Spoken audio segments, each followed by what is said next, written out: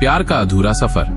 आरुषि एक आत्मनिर्भर लड़की थी जो दिल्ली की तेज रफ्तार जिंदगी में अपने सपनों का पीछा कर रही थी। कॉलेज के दिनों में वो हमेशा अपने करियर को लेकर गंभीर रहती, लेकिन उसके दिल के किसी कोने में प्यार के लिए एक कोमल सी जगह भी थी जिसे वो खुद कबूल नहीं करती थी। उसे लगता था कि प्यार वक्त की बर्बादी है, लेकिन कहीं न कहीं वो भी चाहती थी कि कोई ऐसा हो जो उसे बिना कहे समझ सके। दिल्ली की भागती दौड़ती जिंदगी में मेट्रो उसका सबसे बड़ा सहारा था। रोज की तरह एक दिन वो मेट्रो पकड़ने भाग रही थी। दरवाजे बंद होने ही वाले थे कि किसी ने उसका हाथ पकड़कर खींच लिया। धड़कनों के साथ उसकी आंखें भी फैल गईं। सामने एक लड़का था जिसकी आंखों में शरारत और चेहरे पर मासूमियत थी।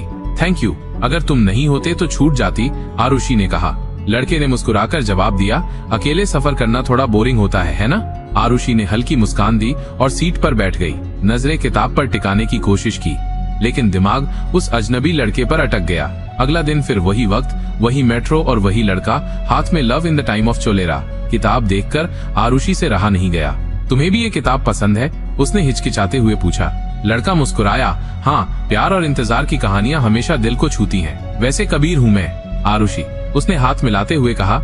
उस एक मुलाकात ने जैसे एक सिलसिला शुरू कर दिया। रोज की छोटी छोटी बातचीत कब दोस्ती में बदल गई, दोनों को एहसास ही नहीं हुआ। मेट्रो के वो 20 मिनट का सफर अब दोनों के दिन की सबसे खास बात बन गया था। कबीर हंसमुख था, हर बात में मजाक करता, जबकि आरुषि शांत थी, लेकिन कबीर के साथ वो खुद को खुला महसूस करने लगी। एक शाम ऑफिस से लौटते वक्त कबीर ने कहा, आज मेट्रो नहीं, इंडिया गेट चलते हैं। आरुषि ने थोड़ा सोचा, फिर हामी भर दी। इंडिया गेट के पास बैठकर कबीर ने चुप्पी तोड़ी। कभी कभी लगता है जिंदगी तुम्हारे बिना अधूरी होगी।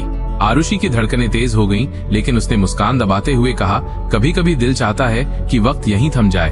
उस शाम के बाद दोनों के बीच कुछ बदल गया था। वो दोस्ती से कुछ ज्यादा था, लेकिन किसी ने भी इसे लफ्ज नहीं दिए। मगर जिंदगी में सब कुछ प्लान के हिसाब से नहीं होता। एक दिन कबीर ने कहा, मुझे लंदन जाना होगा, पापा का बिजनेस संभालना है। आरुषि चुप रह गई। विदाई के दिन बस इतना कह पाई, अगर हमारा प्यार सच्चा है तो वक्त चाहे जितना भी लगे हम फिर मिलेंगे। कबीर चला गया, लेकिन दिलों की दूरी कभी नहीं बढ़ी। आरुषि हर रात पुराने मैसेज पढ़ती, उसकी भेजी तस्वीरों को निहारती। उधर कबीर भी लंदन की ठंडी हवाओं में आरुषि की हंसी ढूंढता रहा।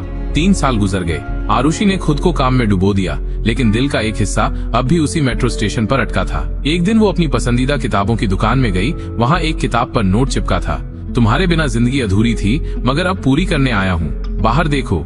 दिल जोर जोर से धड़कने लगा। कांपते कदमों से बाहर निकली तो सामने कबीर खड़ा था। वही पुरानी मुस्कान, वही आंखों की चमक, हाथ में गुलाब लिए।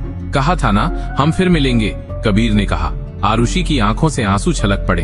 इतना इंतजार करवाने की सजा चाहिए तुम्हें? उसने कबीर के सीने पर हल्का सा मुक्का मारा और फिर खुद उसकी बाहों में समा गई। बारिश की हल्की बूंदें गिरने लगी, जैसे वक्त ने भी उन दोनों के मिलन पर मुहर लगा दी हो। कभी कभी अधूरी कहानियां भी मुकम्मल होती हैं, बस इंतजार करना पड़ता। अगर आपको हमारी कहानी अच्छी लगी हो तो हमारे चैनल को लाइक, कमेंट और सब्सक्राइब कर लें, ताकि हमारी कहानी आपके पास सबसे पहले पहुंचे।